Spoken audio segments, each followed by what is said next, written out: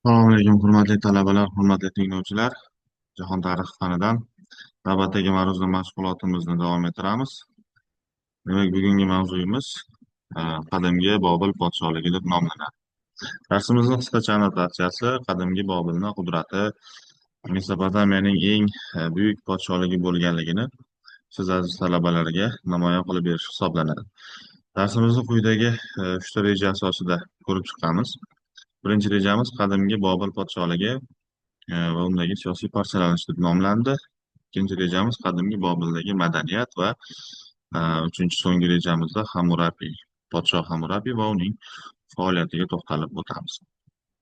Umuman olganda, bizga ma'lum qadimgi Mesopotamiya sivilizatsiyasi miloddan avvalgi 4-ming yilliklardan boshlansa, Bobil podshohligi miloddan avvalgi 2-ming yillik boshlarida ijtimoiy, iqtisodiy jihatdan, siyosiy jihatdan Mesopotamiyaning eng qudratli podshohligi hisoblanib bordi.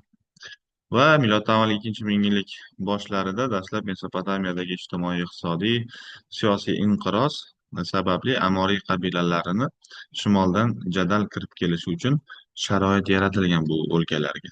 Va miloddan avvalgi 18-asr boshlarida Mesopotamiyani bir qancha Larsa, Bobil, Eshnunna, Ashshur, Mari, Izin singari shahar davlatlari o'zaro e, bo'lib olgan hisoblangan hududlarni.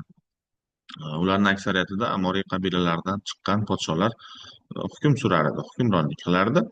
Miloddan avvalgi 1895-yilda Amoriylarni Yahrurum qabilasi sardori Summuabum, ya'ni miloddan avvalgi 1895 1881-yillar hukmronlik davri hisoblanadi. Summuabum Bobil taxtini qo'lga kiritgan dastlab. Va birinchi Bobil sulolasiga aynan Summuabumni asos solinishi bilan belgilangan. Uni davrida Bobil mudofaa devorlari bilan o'rab olingan, dushmanlar hujumidan himoyalanish maqsadida.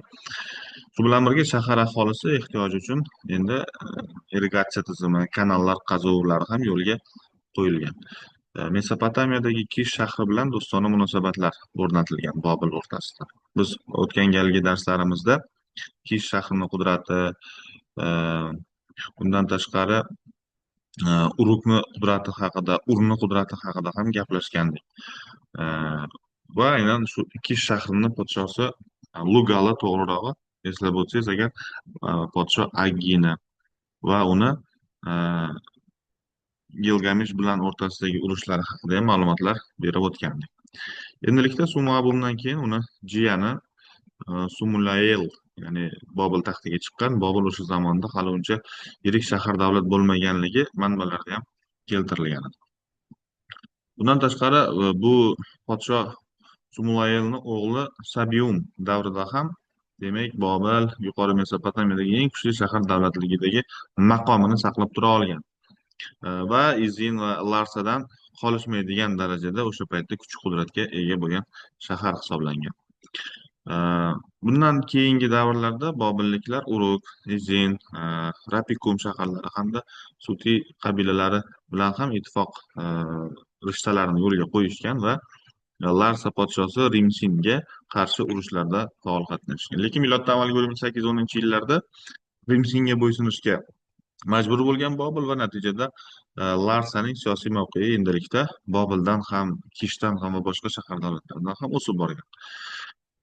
Qadimgi Mesopotamiyada Amoriylar o'troqlashib bo'lishgandan keyin Shumerning ichki nizolarida faollik bilan qatnasha boshlashadi. Bularning orasida Bobil shahar davlatini alohida ta'kidlash bu darsimizni ziyod jihatdan kuchaytirib beradi. Ko'hna Bobil shahar davlatining yuksalishi, ayniqsa kuchli qudrat bobiga yetishi podshoh Hammurapi davriga to'g'ri keladi. Bobil podshosi Hammurapi miloddan avvalgi 1792-1750-yillarda podshohlik davrini ijro ta'minotini yo'lga qo'ygan. U Bobil shahrini mudofaa devorlari bilan o'ragan. Oromiylar podshosi Sumuabumning chevarasi edi. Ya'ni Amoriylar yoki Oromiylar deymiz, podshosini chevarasiga to'g'ri kelyapti. Bobil podshohligi shimoldan Shamshi-Adad birinchi, ya'ni Assuriya podshosi, janubda Rimskin, Larsa podshosi davlatlari bilan chegaradosh davlatlar hisoblangan. Ayniqsa Hammurapini shaxsiyatiga to'xtaladigan bo'lsak, O'z davrida Hammurapi Larsa podsho Sarimsin bilan ham to'qnashuvlarga hali tayyor bo'lmagan bo'lsa-da, lekin siyosiy, diplomatik boshqaruvni yaxshi tushunadi. U e, qonunshunos, qonun buzuvchi hukmdor sifatida tarixda qolgan, hatto uni e, qonunlar to'plami, ustunlari ham hozirgi kungacha Britaniyani Londondagi muzeyda yoki Fransiyadagi Luvr muzeylarida uning qonunlar to'plami saqlanib keladi hanuzgacha. Uni qonunlari haqida hali darslarimizda ko'p bor gaplashamiz. Hammurapi uzoqni ko'ra bila oladigan, mo'tadil siyosatdonlardan hisoblangan. Uni qonunlari shu qadimgi Bobil podshohligida mahalliy aholini ko'chalarida, ustunlarda yozib qo'yilgan bo'lgan. Bobilni gullab yashnashida, mamlakatdagi tinchlik osoyishtalikni ta'minlanishida aynan Hammurapining qonunlar to'plami asosiy tayanch vazifasini bajarib bergan edi. Hammurapini shaxsiyatiga, uni boshqaruv tarixiga ma'lumotlar judayam ko'p. Uni vafotidan keyin esa taxtga uni o'g'li Samsuilin e, keladi va uni davrida Bobil podshohligida qarama-qarshiliklar kuchayib, endilikda ahvoli og'irlashib borgan. Bizga tarixan ma'lum, e, davlat podshohlari vafot etgandan keyin uni vorislari, farzandlari o'rtasida, nabiralari o'rtasida bevosita toj taxt uchun kurash alanga qiladi va natijada mahalliy xalq, tinch aholi aziyat chekadi bundan. Bunga parallel ravishda o'zbek davlatchiligi tarixidan ma'lum, shu Temuriylar davrini eslasak ham bo'ladi. Aynan Sohibqiron Amir Temurning vafotidan keyin u tuzgan saltanat inqirozlar girdobiga sho'ng'ib boradi. Sabab toshtaxt ilinjida qilingan urushlar mamlakatdagi tinch aholini tinkasini quritib qo'yadi.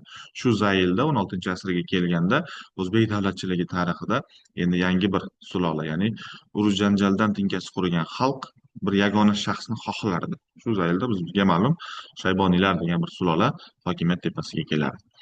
Qadimgi davr bo'yicha, qadimgi Bobil podshohligi bo'yicha darslarimiz qisqacha shundan iborat edi. Savollaringiz tug'iladigan bo'lsa, bevosita masofadan turib yuborishingiz mumkin. Keyingi darsda ushbu mavzuni yanayam kengroq tarzda davom ettiramiz. Salomat bo'ling.